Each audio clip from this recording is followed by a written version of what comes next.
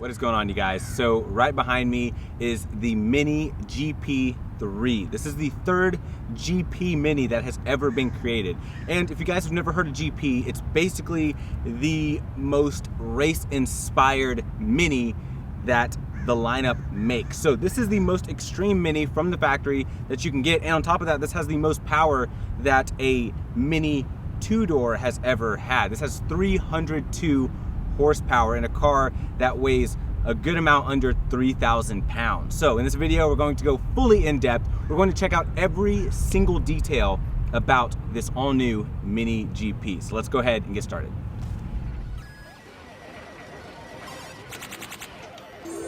Choose your fighter. Lightning inspired. Fight.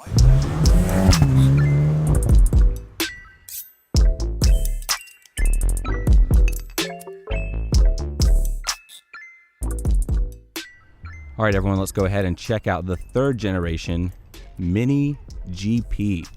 Now, real quick, if you guys are new to the channel, I just want to say I'd love to have you subscribe if you like in-depth 4K car reviews. I hope to be the channel that you guys go to. Hit the red box, it's completely free to you, and it means the world to the channel. Don't forget to hit the bell though, because YouTube will not alert you because their algorithm is the greatest thing in the world.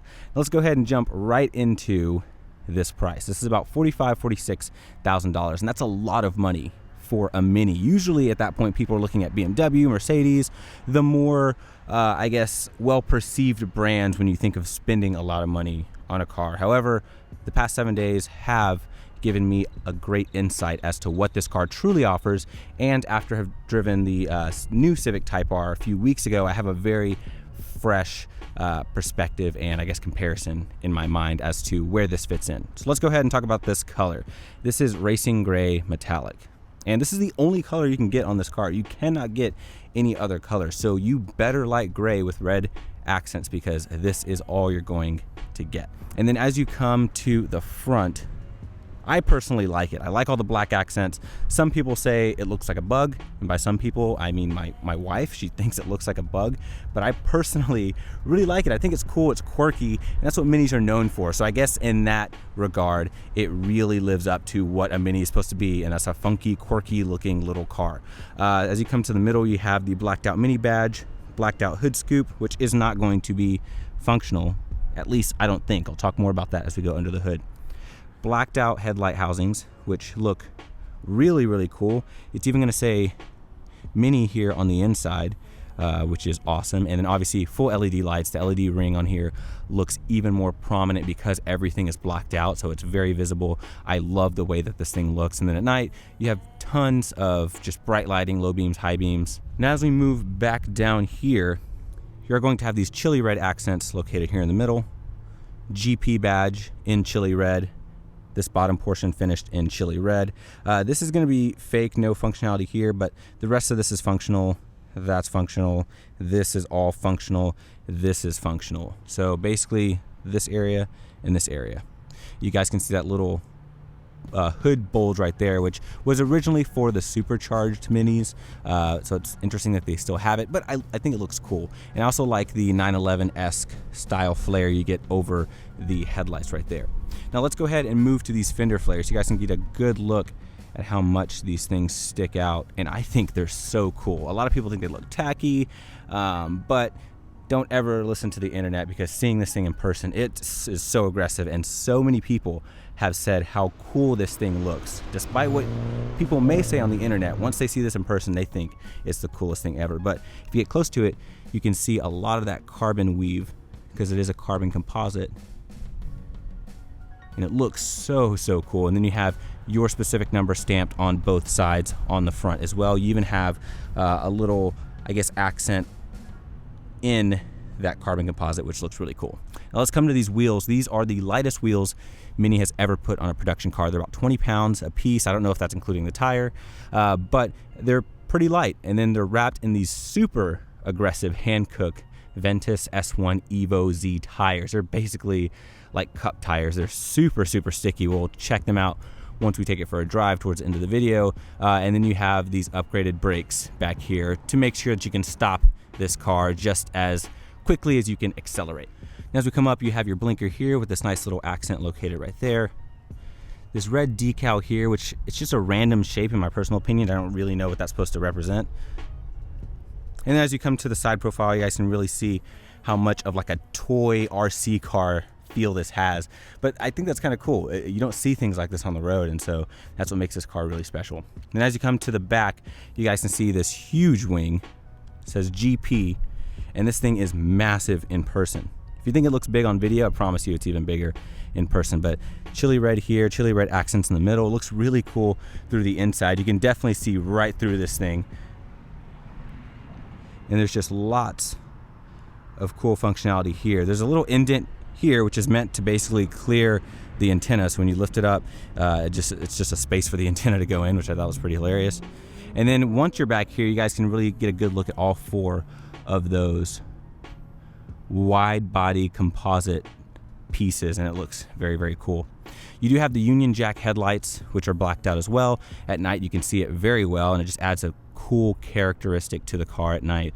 Very nice, and obviously, once again, because they're blacked out, they look a lot more detailed and a lot more, I guess, rich. Blacked out mini badge back here, GP badge, kind of like a fake diffuser back here, and then you have your exhaust. So let's go ahead, take a listen to that, and hear how it sounds.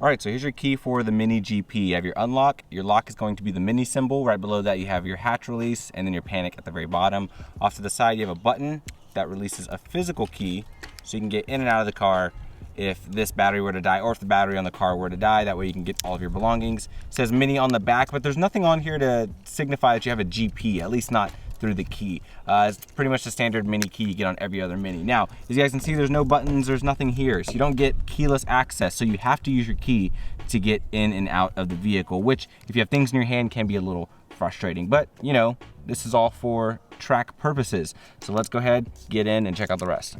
All right, so getting inside of the Mini GP, also please pardon the wind noise. This thing is pretty impractical. That's the first thing you notice whenever you get in here, especially once you see that there's no rear seats.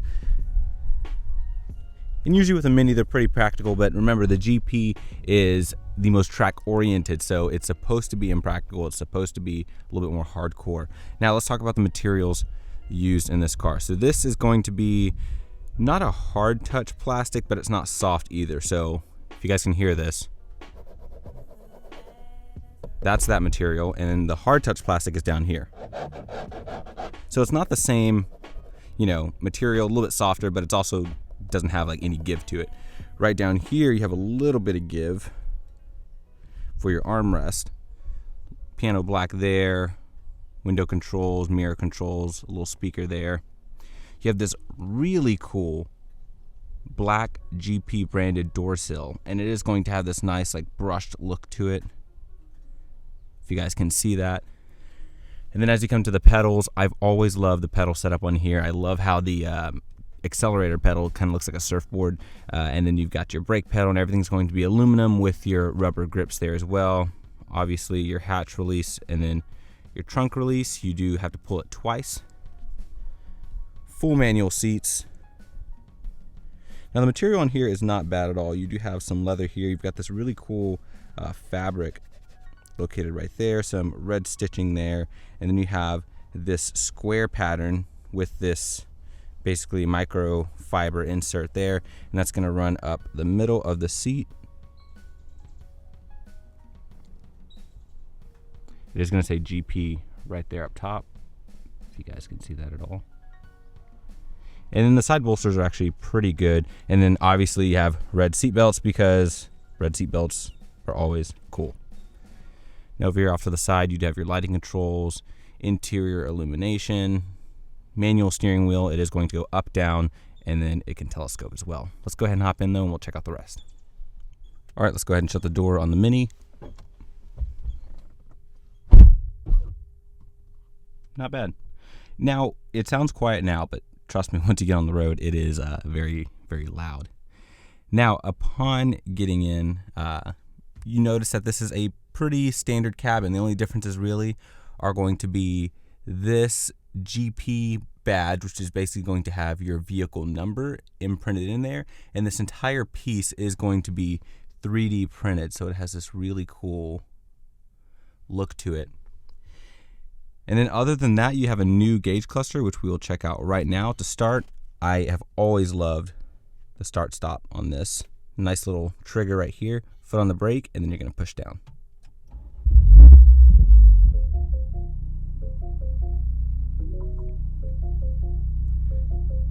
There we go. And you have your cutesy little, mini beep or mini jingle that it does. Now, upon startup, it actually has a really good sound. There have been a few times when I've started it up and it actually has some burbles to it.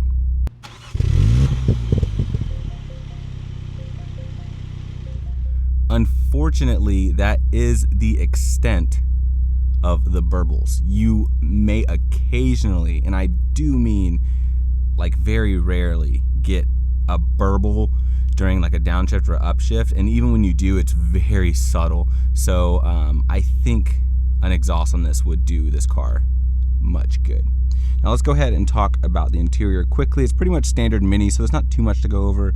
I've got your Mini badge right here. The steering wheel itself is very nice, really thick grip extensions here, nice thumb placements there. You're going to have some red stitching located right in there. It looks really good. Now these paddles are also going to be 3D printed. They look really cool. It's going to say GP right there on the bottom, if you guys can see that. And it has a really nice metallic feel to it, if you guys can hear this. So, pure metal pieces, and they feel great. Really nice click to them, and they feel very heavy duty, so I do like that a lot. Cruise control over here to the left, all of your volume, media, phone, voice commands over here to the right. Very simplistic.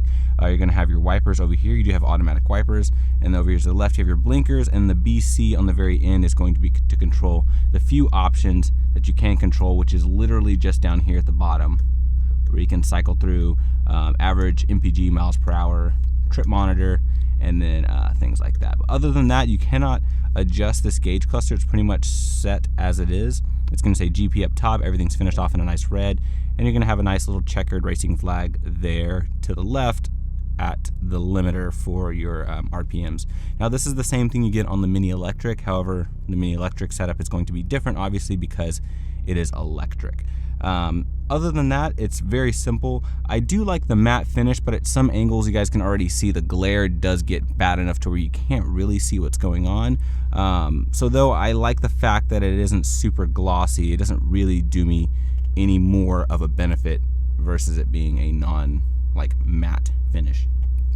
As we come to the top, this is all soft touch up here. Definitely the softest touch rubber area in the entire car. It's going to extend along the dash.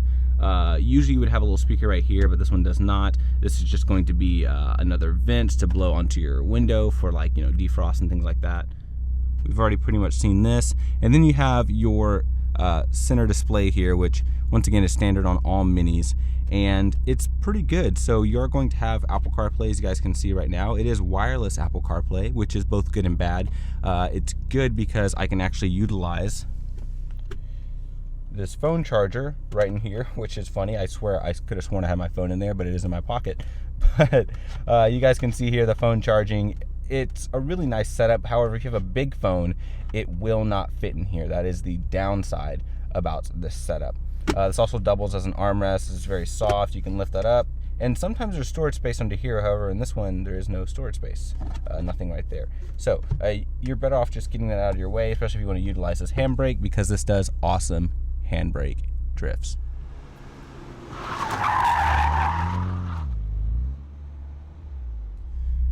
But either way, back to the system. It is a touchscreen. However, I don't recommend using it as a touchscreen. It's kind of a far reach, and because the screen itself is pretty small, that means the icons on there are even smaller. So trying to be precise with your inputs is very difficult.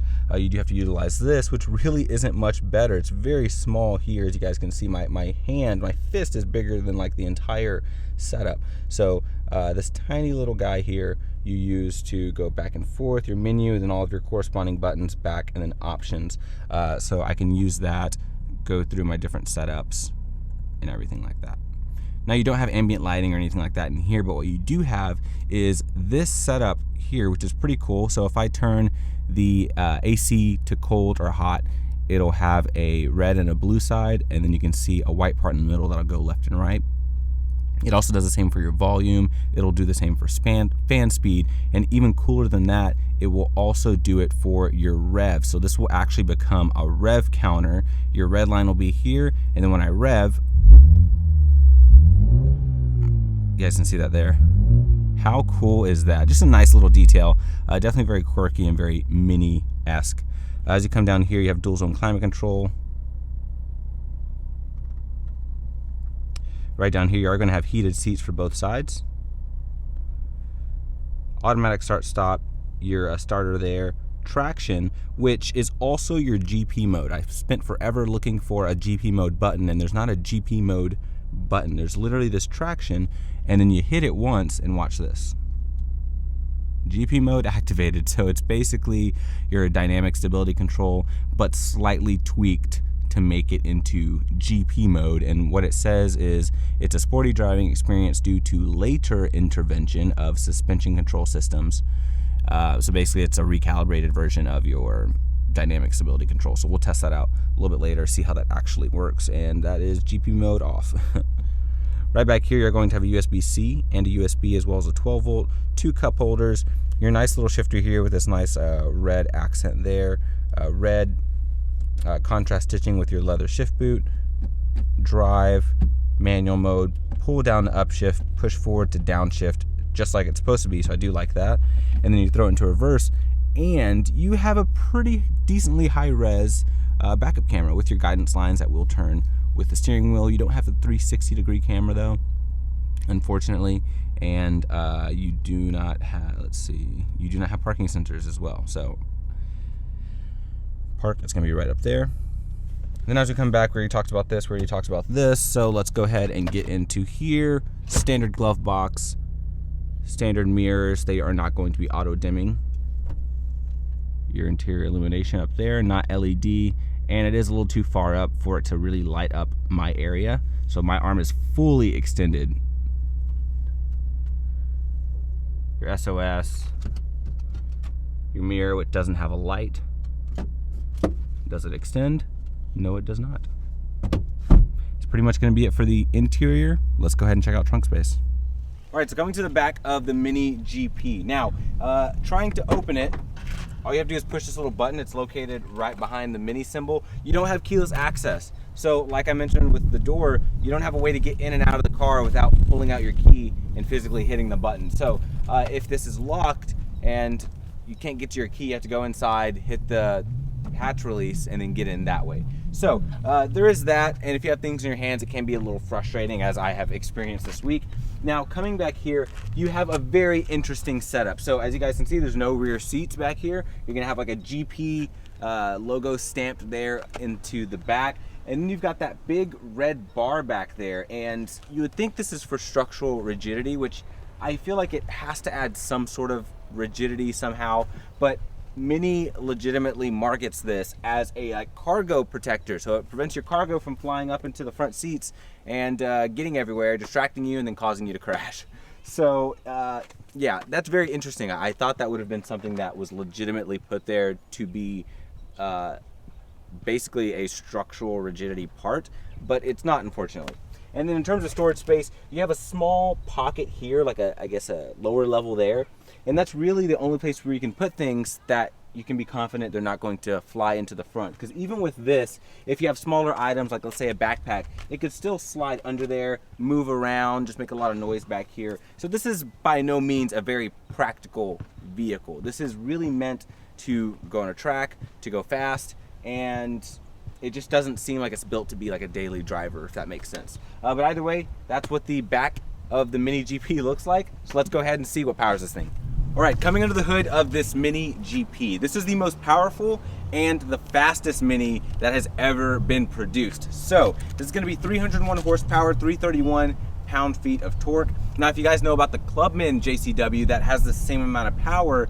However, the reason this is going to be the fastest one is because it's lighter than that car. That car weighs about 3,500 pounds. Something like a Civic Type R weighs about 3,121 pounds, and this is right around 2,800 pounds. So even over a Type R, this is about 266 pounds lighter. That's like getting Dwayne "The Rock" Johnson and taking him out of the Type R and then throwing in more torque. So it is just on paper looks like it'll be very quick. 0 to 60 is 5 seconds flat. So I'm very excited to get this on the road and see how it does. This is going through an 8-speed ASIN automatic unit.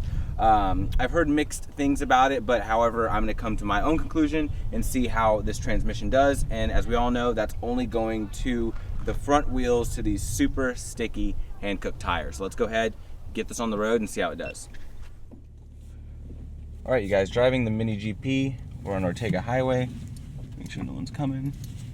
We're gonna see what this thing can do.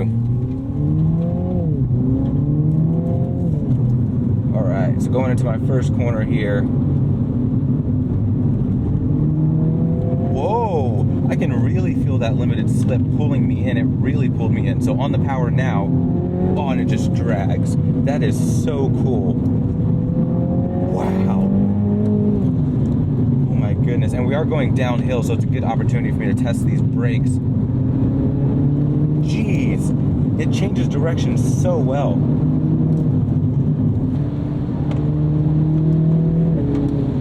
Whoa, and the speed is just, it picks up speed so quick. All right, so mid-corner.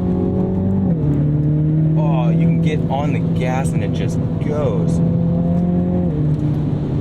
Holy smokes, does this thing move. And those tires are incredible, guys. Look at this. Look at that grip. Oh my gosh. Oh, this is insane. Oh my gosh. Look at that. You can hear everything flying around. This thing hugs so tight. Wow. All right, downshifting, compression there, and then just grip. Wow, guys. I did not think this car could drive like this. Whoa.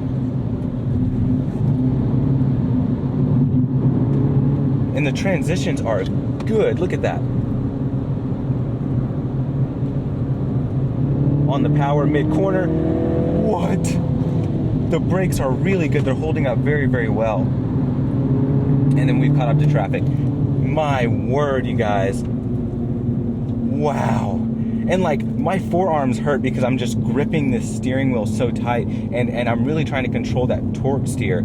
You can feel it. There's always like that presence of torque steer, but once you get it under control and once you like wrangle it in, it is an awesome experience. Very different from a Type R. Now, this is about a $10,000 difference between this car and a Type R, so it's really different shoppers. But I'm using that as a basis of comparison because everyone knows about the Type R. Not everyone knows about this GP. So the Type R is very precise. It's very refined. It's almost like using an envelope opener to open your envelope, or that person at Christmas who, when they open a present, they take off all the pieces of tape, they unfold it, they take off the wrapping paper. This Mini GP is the person that just rips open your envelope to get your mail. They tear open the gift wrap, they tear the box, they possibly tear a muscle in the process. They both accomplish the same goal, in just very different mannerisms. This feels very brute-like, but it's exciting, especially out here. Oh my gosh, the Type R, I know what to expect. I can see a corner and say, okay, I know I can go into it with this speed. This car, I feel like I could have gone even faster, believe it or not. The grip levels are absolutely insane. And I know the Type R technically has the faster Nürburgring time, but I'm just gonna say it. I think if you got a different driver and you did the Mini GP around the Nürburgring again, this would have to be quicker. It feels so fast. And once you learn how to work with the car, once you learn how to wrangle in that torque steer, and you can really utilize the grip of these tires and just the mechanical grip this thing has, which I was not expecting, the limited slip really just drags you into that apex. I think this could be the faster car, and I wish I was lying. The Type R is incredible. The Type R is very, very good. And most people, including myself, would probably pick the Type R as a daily driver. I would not daily drive this. It's just way too hard.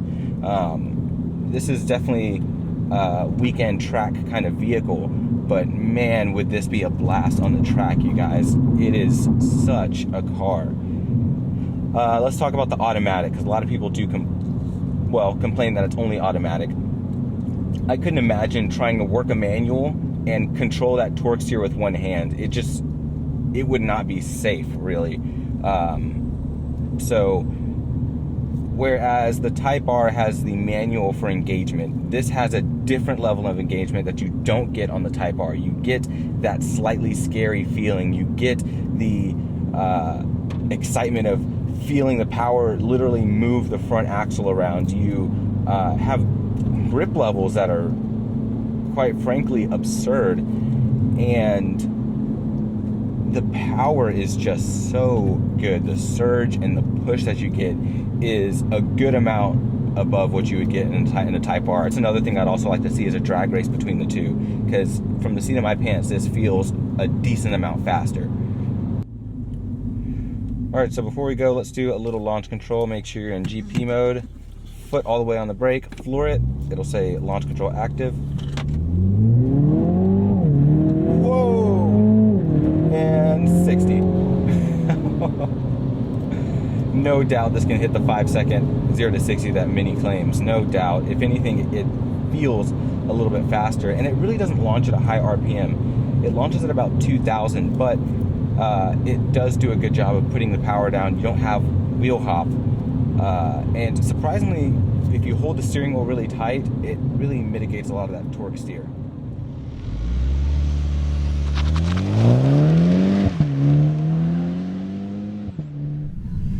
Well, everyone, that's going to wrap up my review of the 2020 Mini John Cooper Works GP. I think this car is awesome. It's super crazy to drive. It really gives you that level of excitement and a slight bit of fear whenever you drive it, especially when you're driving it hard through some canyons. Having the torque steer is a little bit, I guess, nerve-wracking knowing that that's always there. But once you learn to wrangle it in, once you really learn the car, learn how it works, then at that point you're ready to react to almost anything it can throw at you. And because you have to work at it a little bit more, it's so rewarding whenever you take this thing out on a curvy road. With something like a Type R, for example, you know the capabilities of that car the moment that you drive it. So you know, I can take this corner going X amount of speed. With this one, it just continues to surprise you. There were some corners that I did not think that this could take, and it did it with ease. And that's the most insane part to me, is just that this car continues to surprise me, and I haven't had that in a car in a very long time, especially one like this. So do I think this is worth the $45,000 that Mini is charging for it? Well, if you're a big fan of Mini, if you like big power, crazy to drive, front wheel drive hatchbacks, I mean, this is the way to go. This is one of the craziest ones I've driven in the past few years, and I think that having something super unique, super special like this is also worth noting as well. But let me know what you guys think. Comment below, what do you think of this Mini GP? And also, if you're new to the channel, I'd love to have you guys subscribe. Hit the red subscribe box, hit the bell so YouTube will alert you. It's free to you guys, but it means the world to the channel. And hopefully I'll see you guys in the next review. Y'all take care. Bye.